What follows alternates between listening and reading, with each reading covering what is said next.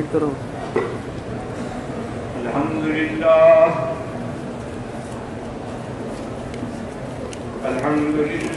وکفا والصلاة والسلام علی خاتم الانبیاء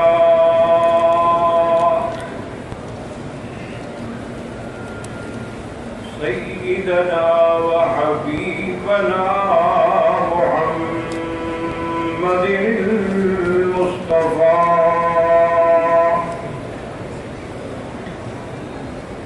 وعلى آله المجتبى وأصحابه النجبى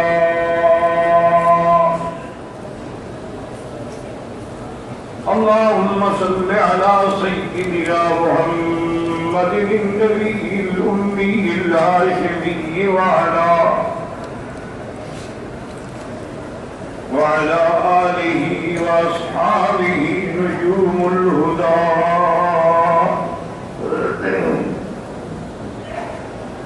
أما بعد فقد قال الله تبارك وتعالى في القرآن المجيد والفرقان الحميد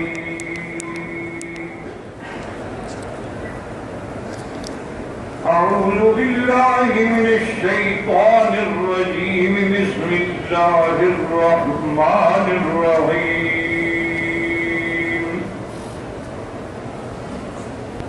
والضحى والليل إذا سجى ما ودعك ربك وما قلى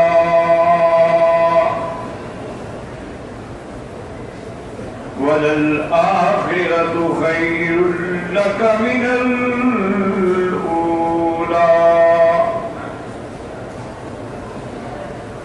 ولسوف يعطيك ربك فترضى.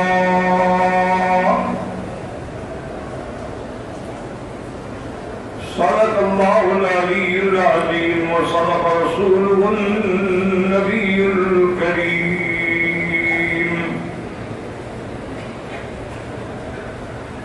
قال النبي صلى الله عليه وسلم كل أمتي يدخلون الجنة إلا من أبى. قيل من أبى؟ قال من أطاعني دخل الجنة ومن عصاني فقد أبى. صدق رسوله النبي الكريم ونحن على ذلك لمن الشاهدين ومن الشاكرين والحمد لله رب العالمين. رب اشرح لي صدري ويسر لي أمري واحلل عقدة من لساني يفقهوا قولي. رب زدني علما سبحانك لا علم لنا إلا ما علمتنا إنك أنت العليم الحكيم. برادران اسلام، واجب الاحترام بزرگوں، دوستوں، بھائیوں، عزیز نوجوانوں، اللہ تبارک و تعالیٰ کے کلام مقدس میں سے چند آیات مبارکہ اور آقا انعامدار حبیب کبریا سیدنا محمد مصطفیٰ صلی اللہ علیہ وعلی آلہ واصحابہ وسلم تسلیما کثیرا کثیرا کے فرامین مبارکہ میں سے ایک حدیث تلاوت کی ہے. دعا فرمائیں کہ اللہ تبارک و تعالیٰ اس عاجز کو صحت عافیت کاملہ اور حق بات بیان کرنے کی توفیق عطا فرمائیں. آپ کو سننے سمجھنے کی اور ہم سب کو مل کر حق پر چلنے کی توفیق عطا فرمائیں. پروردگار عالم تمام آنے والوں کی حاضری حج عبادات زیارات منظور و مقبول فرمائیں. سب سے پہلے تمام بزرگوں سے گزارش ہے کہ محبت کے ساتھ ایک دفعہ درود شریف پڑھ لیں۔ اللہم صلی علی سیدنا محمد وبارک وسلم۔ میں نے جو آج آیت مبارک پڑھی ہے سورۃ والضحیٰ، اور اتفاق بھی یہ ہے کہ امام حرم نے بھی آج نماز میں یہی سورت پڑھی۔ سورۃ والضحیٰ جو ہے اس کا نام سورۃ والضحیٰ بھی ہے اور سورۃ محمد بھی ہے۔ جب نام آئے تو شریف پڑھا کرو، میں بار بار نہ کہوں، مسلمان کی یہ فطرت بن جائے کہ حضور کا نام آئے تو فوراً زبان میں درود شریف آئے، اور پورا درود نہ بھی پڑھ سکے تو صلی اللہ علیہ وسلم۔ یہ سورۃ والضحیٰ جو ہے اس کا نام والضحیٰ بھی ہے اور سورۃ محمد بھی ہے۔ اچھا، اللہ کی شان دیکھیں، اس سے پہلے جو سورۃ واللیل، اس کا نام سورۃ واللیل بھی ہے اور سورۃ ابی بکر بھی ہے۔ اس سورت کا تعلق صدیق اکبر سے ہے اور اس کا تعلق حضرت محمد مصطفیٰ سے۔ اللہ تعالیٰ نے قسم کھائی، فرمایا والضحیٰ، یاد رکھو، ضحیٰ، ضحوہ، ضحیہ، یہ کہتے ہیں کہ جب اشراق کے بعد یوں سمجھ لیں کہ چاشت کا ٹائم ہو جاتا ہے، یہ ضحیٰ کا وقت ہے۔ اب اس وقت کی اللہ نے قسم کھائی، اس کی وجہ کیا ہے؟ پہلے تو یہ مسئلہ بھی سمجھ لیں کہ اللہ کے سوا کسی کی قسم کھانا جو ہے وہ کفر ہے، یاد رکھو۔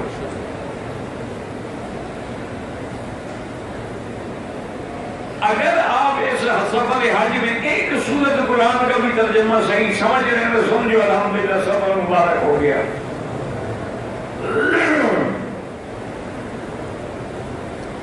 اس وقت کی دیکھیں نا، بندہ اگر قسم کھائے کسی بزرگ کی، پیر کی، آستان کی، اپنی اولاد کی، جیسے ہمارے جہل کرتے ہیں، بچے کے سر پہ ہاتھ رکھ دیا، یہ ساری چیزیں کفر ہیں، شرک ہیں۔ یہ معمولی گناہ نہیں، شرک ہے۔ من حلف بغیر اسم اللہ فقد کفر، حضور نے فرمایا جو اللہ کے نام کے سوا قسم کھائے اس نے کفر کیا۔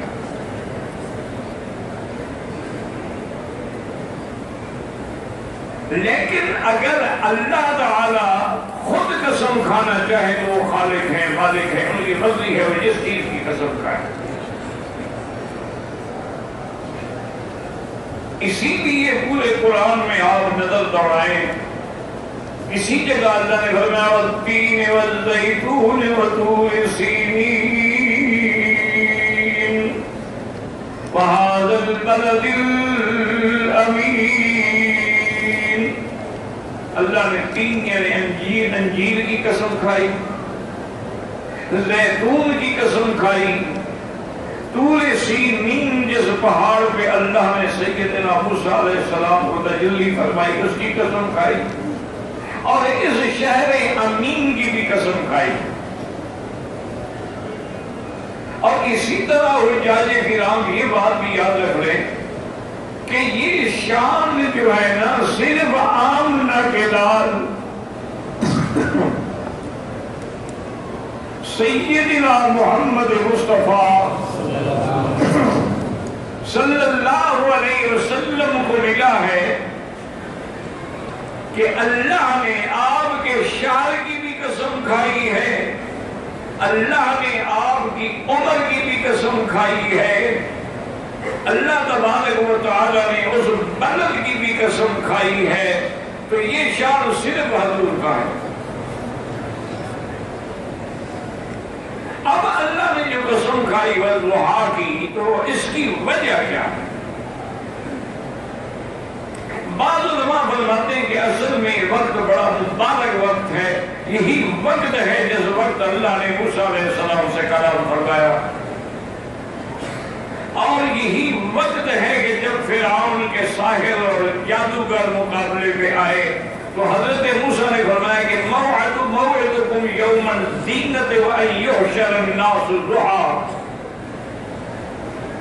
کہ عید کے دن ضحیٰ کے وقت جو ہے وہ اکٹھے ہو جائیں. اور ضحیٰ جو ہے یہ جزء من النہار ہے، یعنی دن کا ایک حصہ ہے. بعض علماء فرماتے ہیں کہ نہیں، والضحیٰ سے مراد بھی پورا دن ہے. کبھی جزء کا نام لے کے کل کا مراد لی جاتی ہے کہ ذکر جزء کا ہوتا ہے یراد بہ الکل، کیونکہ آگے واللیل ہے.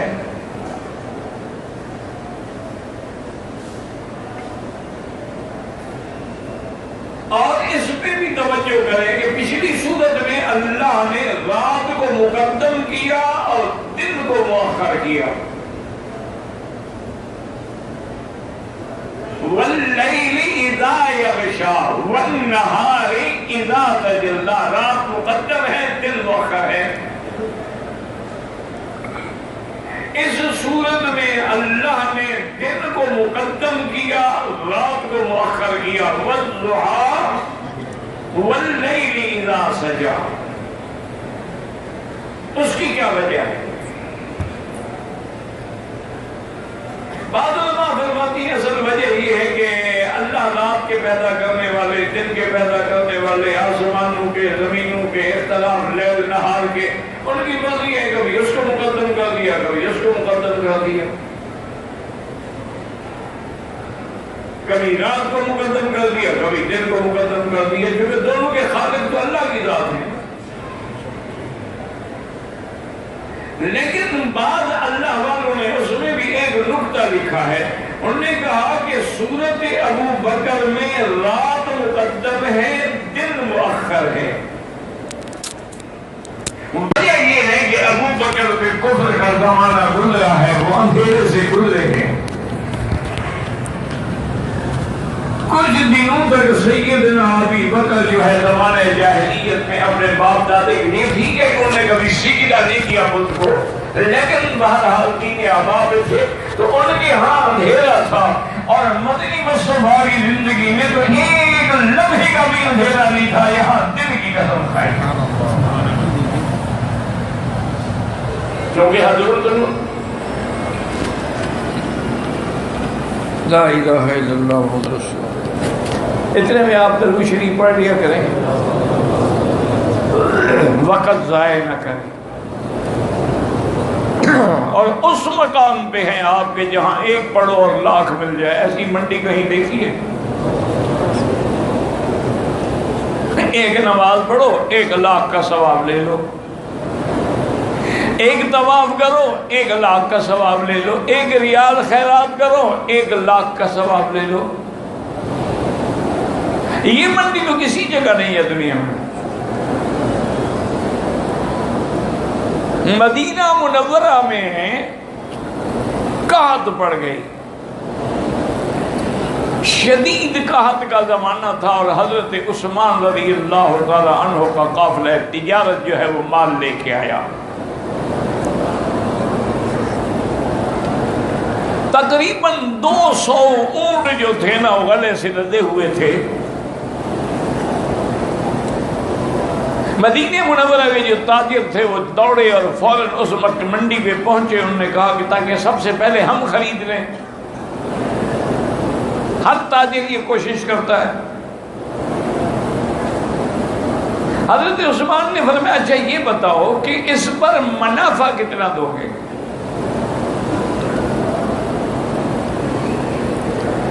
انہوں نے کہا حضرت آپ ایسا کریں کہ دوگنا منافع لے لیں، 1 لاکھ کا مال ہے 2 لاکھ لیں. انہوں نے فرمایا کہ نہیں، مجھے اس سے زیادہ کی آفر آ چکی ہے، اور کوئی بڑھانا چاہتا ہے تو بڑھائے.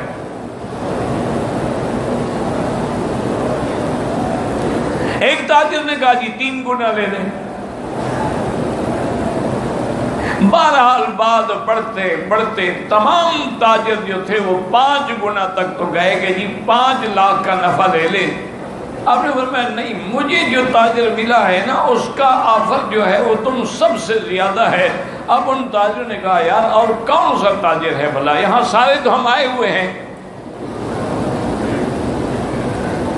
اور پھر وہ ہم سے زیادہ کون آفر دے سکتا ہے. انہوں نے کہا حضرت مہربانی کریں اس تاجر کا نام تو بتائیں.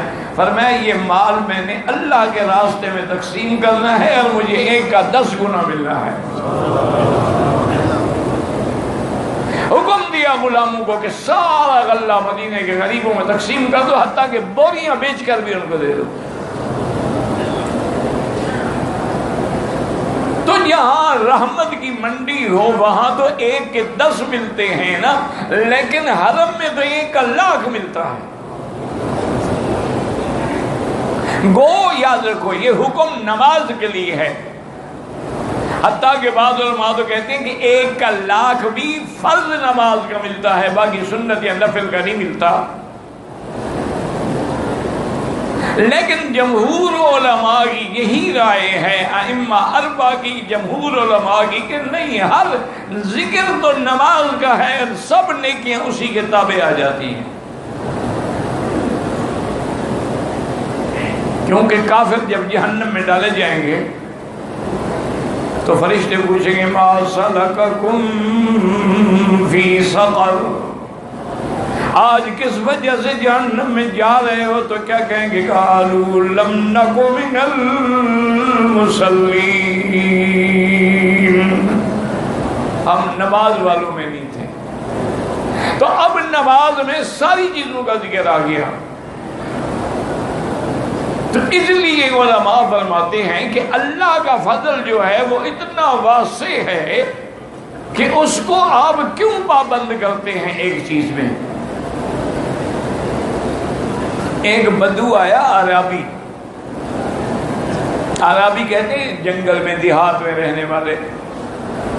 تو اس نے نماز پڑھی، حضور بھی ساتھ بیٹھے تھے.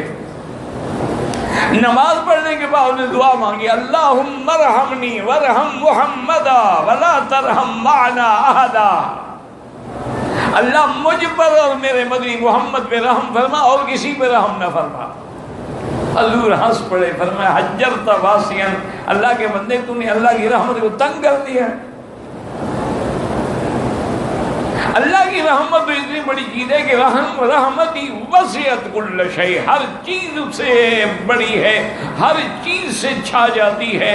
یہ اسی کی رحمت تو ہے نا کہ آج ہم اللہ کے دربار میں بیٹھے ہیں. کیا ایمان سے کہو ہم اس قابل ہیں؟ یہ ساری زندگی جو پاؤں گناہ میں چلتے رہے، آنکھیں غیر محرم عورتوں کے دیدار کرتی رہی، زبانیں جھوٹ بولتی رہی، آج وہ حجر اسود کے بوسے دے رہے ہیں.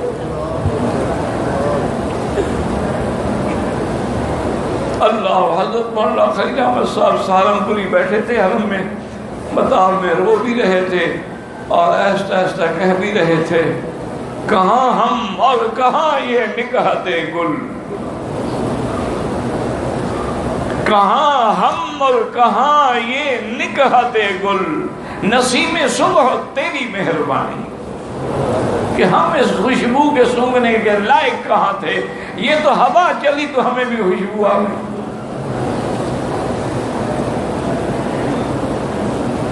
تو اس لیے یاد رکھیں کہ جمہور علماء یہی کہتے ہیں کہ ذکر تو نماز کا ہے، لیکن ذالک فضل اللہ یؤتیہ من یشاء. اللہ کے حرم میں، مسجد الحرام میں انشاءاللہ جو بھی نیکی کریں گے وہ 1 کا 1,00,000 ملے گا. نماز ہے، روزہ ہے، طواف ہے، ختم قرآن ہے، خیرات ہیں، صدقات ہیں، عمرے ہیں، واجبات ہیں، نفلیں ہیں، جو بھی عبادت کریں گے اللہ کی رحمت بڑی وسیع ہے. اس لیے بعض علماء فرماتے ہیں کہ اللہ نے اس جز کی قسم کھائی، لیکن مراد سارا دن ہے. اور بعض علماء نے فرمایا اس میں حکمت ہے کہ والضحیٰ واللیل اذا سجا، رات کو وحشت ہے، ظلمت ہے، گھبراہٹ ہے، لیکن اس وقت میں اللہ کی شان ہے کہ سرور ہے، فرحت ہے، خوشی ہے، روشنی ہے۔ یعنی دن کا ایک چھوٹا سا حصہ جو ہے وہ پوری رات کے اندھیرے پہ غالب ہے۔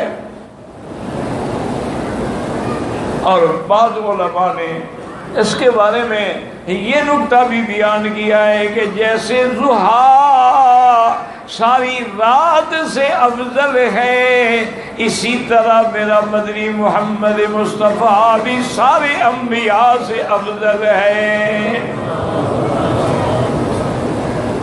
کہ جیسے یہ تھوڑا سا وقت ہے، حضور کی عمر بھی تھوڑی سی ہے، پہلے تو ہزار سال 500 سال عمر تھی، لیکن حضور کی عمر مبارک 63 سال ہے۔ لیکن یہ تھوڑی عمر والا، تھوڑی زندگی والا مدنی محمد مصطفیٰ جب آیا تو پوری دنیا پہ چھا گیا اور سارے انبیاء بھی مقتدی بن گئے۔ کہہ دو صلی اللہ علیہ وسلم۔ اب یاد رکھیں کہ یہ آیت جو ہے، یہ سورت جو ہے نازل کیوں ہوئی، اس کو اسباب نزول علماء کہتی ہیں کہ والضحیٰ واللیل اذا سجا ما ودعک ربک وما قلی۔ اس میں علماء نے 4 قول لکھے ہیں۔ امام بخاری رحمت اللہ علیہ نے بھی ایک قول مبارک نقل کیا ہے کہ کچھ عرصے کے لیے وحی آنی جو تھی وہ بند ہو گئی۔ حضور صلی اللہ علیہ وسلم بے حد آپ حزن میں تھے، غم میں تھے۔ اس حزن اور غم کی وجہ سے آپ رات کو اٹھ بھی نہیں سکے عبادت کے لیے۔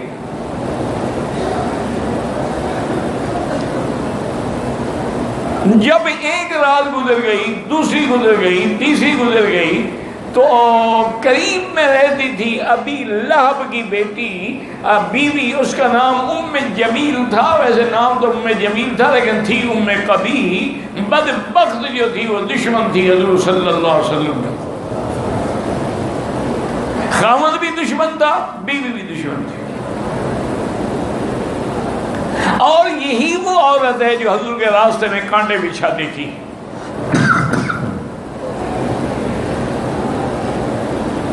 وہ آئی اور کہنے لگی کہ یا محمد حل ترکک شیطانوں کا، نعوذ باللہ سبحان اللہ، کہ وہ جو تمہارے پاس شیطان آتا تھا، یعنی جبریل، نعوذ باللہ اس کے نزدیک شیطان ہے، اس نے بھی آنا چھوڑ دیا، آپ اکیلے بیٹھے ہو۔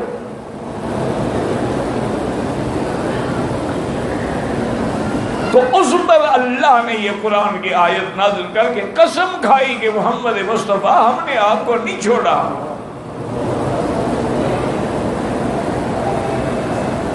ایک قول یہ بھی ہے اور ایک قول یہ بھی ہے کہ کئی دن گزرے، وحی نہیں آئی، حضور پریشان تھے۔ آپ نے بی بی خولہ سے فرمایا کہ بی بی اللہ عالم، جبریل اللہ عالم کیوں نہیں آ رہے؟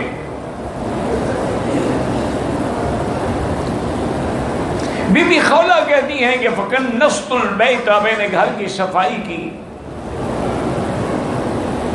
سارے گھر کو صاف کیا، فَوَجَدْتُ تَحْتَ السَّرِيرِ جِرْوًا مَيِّتًا، میں نے چارپائی کے نیچے دیکھا کہ کتے کا ایک چھوٹا پلا بچہ جو ہے وہ مرا پڑا ہے۔ میں نے اس کو اٹھایا، جا کے باہر پھینکا، اس جگہ کو اچھی طرح دھویا، صاف کیا۔ فرماتی ہے اللہ کی شان ہے کہ اسی دن جبریل بھی نازل ہو گئے۔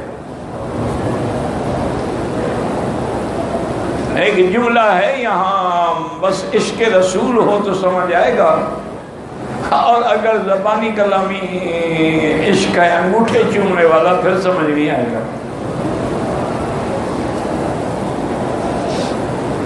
ایک تو سچا عشق ہے نا جی، ایک ہے کہ بس ٹھیک ہے، حلوہ، لائٹنگ، بجلی، انگوٹھے چون لیے، دھمال کھیل لی، بس یہ بھی اس کا ایک قسم بن گئی ہے۔ غور کریں تو انشاءاللہ پھر بات سمجھ آئے گی۔ درود شریف پڑھو تو سمجھ آ جائے گا۔ اس طرح نہیں، پڑھو تو شوق سے پڑھو، ورنہ نہ پڑھو۔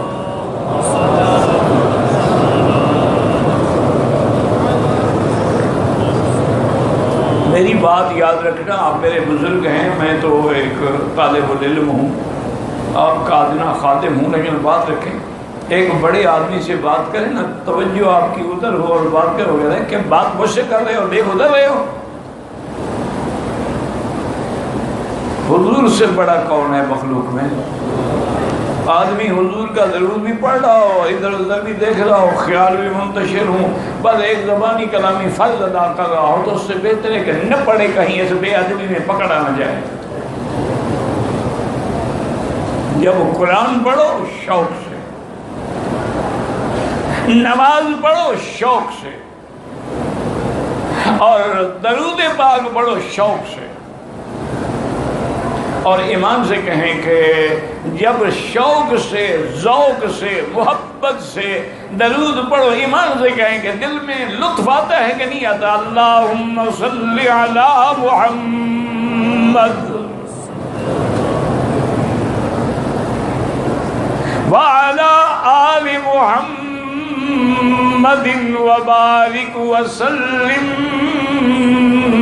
علیہ۔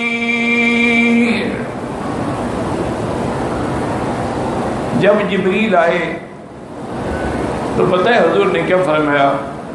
حضور نے فرمایا کہ اشتقت یا جبرائیل الیکا، آپ اب آئے ہیں، مجھے تو آپ کے آنے کا شدید انتظار اور شوق تھا۔ تو پتہ جبریل نے کیا کہا؟ وَأَنَا أَشْوَقُ إِلَيْكَ یا رسول اللہ، مجھے تو آپ سے بھی زیادہ شوق تھا آپ کے چہرے دیکھنے کا، لیکن ہم اتر نہیں سکتے جب تک اللہ حکم نہ دے۔ وَمَا نَتَنَزَّلُ إِلَّا بِأَمْرِ رَبِّكَ، تیرے رب کے امر سے بغیر ہم نہیں اتر سکتے، ورنہ میں تو چاہتا ہوں کہ چہرہ محمد مصطفیٰ کا ہو اور دیکھنا ہو۔ النظر إِلَى وَجْهِ رسول اللہ صلی اللہ علیہ وعلا آلہ وأصحابہ وسلم تسلیما کثیرا۔ تو حضور نے فرمایا جبرائیل نہ آنے کی وجہ کیا تھی؟ انہوں نے کہا حضور آپ کے گھر میں ایک مرا ہوا کتا تھا، اور آپ کو تو پتہ ہے جس گھر میں کتا ہو یا تصویریں ہوں وہاں فرشتے نہیں آتے۔ کیا خیال ہے آپ کا؟ ہمارے گھر میں تو تصویریں نہیں ہیں۔ اللہ اکبر۔ ایک وجہ یہ بھی ہے، اور ایک وجہ یہ بھی ہے کہ یہودیوں نے سکھلایا اور قریش نے آ کے حضور پاک سے سوال کیے۔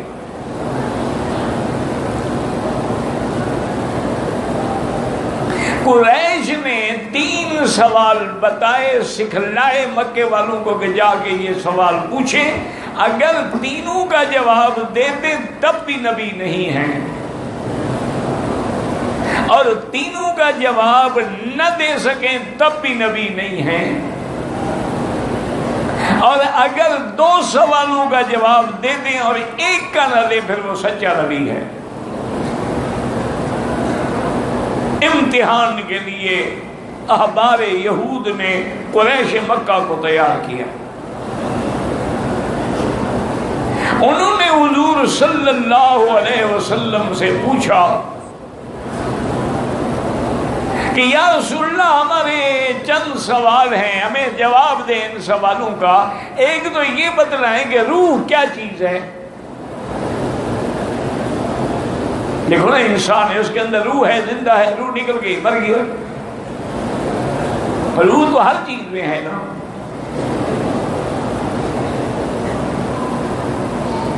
اور دوسرا یہ بتلائیں کہ وہ چند نوجوان جنہوں نے غار میں جا کے پناہ لی تھی اللہ کی توحید کے لیے، وہ کون تھے؟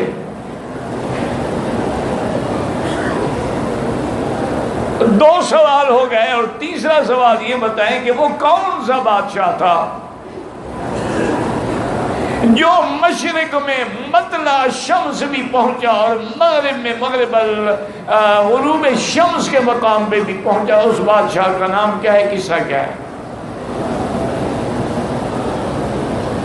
یہ 3 سوال یاد رہیں گے انشاءاللہ۔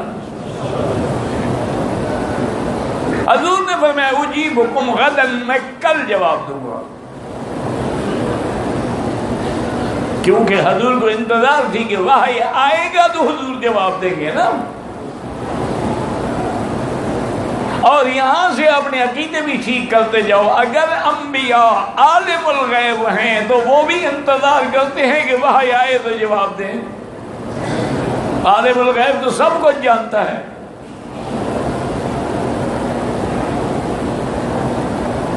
اب اللہ کی شان دیکھیں گے جناب، انتظار وحی میں 1 دن گزر گیا، 2 دن گزر گئے، 3 دن گزر گئے، وحی نہیں آئی۔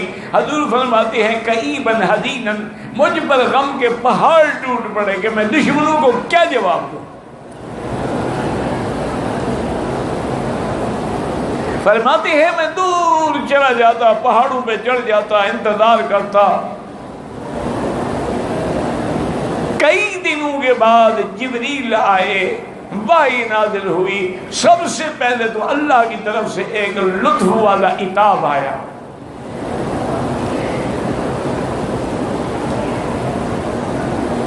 وَلَا تَقُولَنَّ لِشَيْءٍ إِنِّي فَاعِلٌ ذَلِكَ غَدًا إِلَّا أَن يَشَاءَ اللَّهُ۔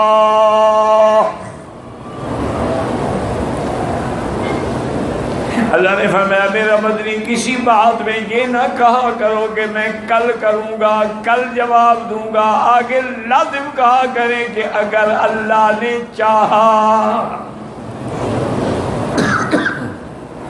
کیوں؟ اگر اللہ نہ چاہے تو آپ کیسے جواب دے سکتے ہیں؟ آپ نے ان کو کہا تھا کہ اجیبکم غدن، کہ میں کل جواب دوں گا، لیکن انشاءاللہ نہیں کہا تو پھر ہم نے بھی وحی روک دی۔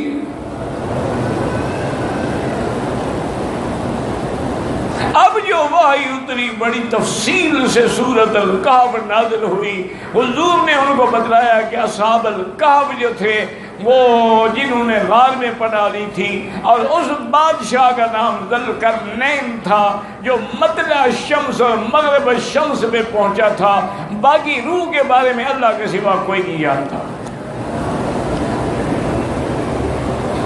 تو حضور نے 2 سوالوں کا جواب دے دیا اور 1 کا جواب نہیں دیا۔ جب مکے والوں نے قریش سے کہا، یہودیوں نے کہا وہ سچا نبی ہے۔ ہم نے پہلے کہا تھا کہ اگر 1 کا جواب نہ دے، کیوں؟ روح کا علم جو ہے وہ اللہ کے سوا کسی کو نہیں ہے۔ یسألونک عن الروح قل الروح من امر ربی وما اوتیتم من العلم الا قلیلا۔ اللہ نے فرمایا میرا بدنی آپ سے روح کے بارے میں پوچھتے ہیں، روح تو اللہ کے حکم، اللہ کا امر ہے، وہ ایسی لطیف چیز ہے کہ کوئی اللہ کے سوا نہیں جانتا۔ اور تم جتنا علم دیے گئے وہ بہت تھوڑا علم ہے۔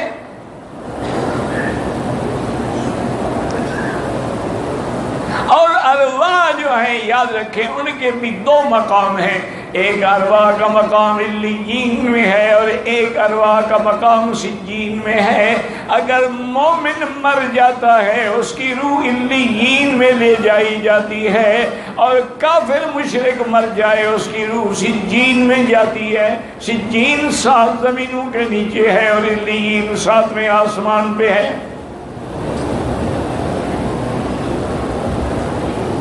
تو بعض علماء نے فرمایا کہ ان 3 سوالوں کی وجہ سے وحی آنا جب بند ہوئی، اب کافر کہنے لگے کہ آپ کو اللہ نے چھوڑ دیا ہے، اللہ آپ سے ناراض ہو گیا ہے، اس لیے جبریل نہیں آتا۔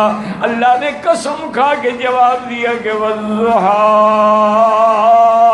واللیل اذا سجا ما ودعک ربک وما قلی۔ میرا مدنی مجھے دن کی قسم ہے، مجھے رات کی قسم ہے، چونکہ سارا عالم دن ہے یا رات ہے، اور قسم کھا کے میں یہ بتلاتا ہوں کہ ما ودعک، تیرے رب نے تجھے نہیں چھوڑا، وما قلی، نہ تیرا رب تجھ سے ناراض ہے۔ اللہ تبارک و تعالی نے اس صورت مبارک میں یعنی شان محمد مصطفیٰ ہے کہ اللہ قسم دے کے بتلا رہے ہیں۔ کتنا وقت رہ گیا؟ ما ودعک ربک وما قلی، یہ تو اس کے دشمنوں کے رد سوال کا جواب تھا، اور آگے انعام الہی دیکھیں میرے مدنی محمد مصطفیٰ پہ۔ آگے کیا فرماتے ہیں؟ وَلَلْآخِرَةُ خَيْرٌ لَكَ مِنَ الْأُولَىٰ۔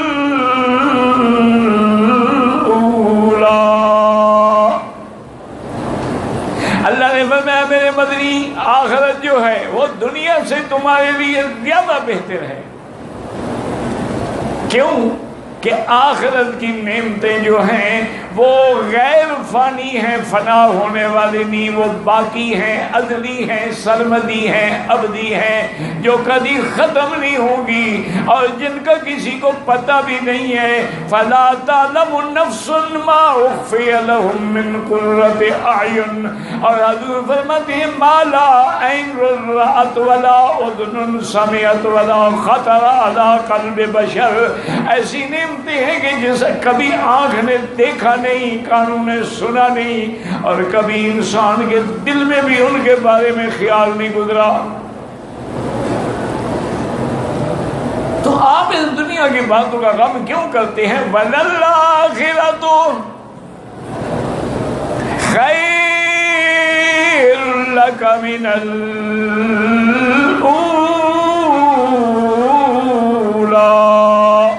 اور بعض علماء نے فرمایا اس میں اشارہ تھا میرا مدنی، ہر آنے والا لمحہ، آنے والا دن جو ہے تیرے لیے پہلے سے زیادہ بہتر ہوگا، ہر دن تیری شان زیادہ اونچی ہوتی چلی جائے گی۔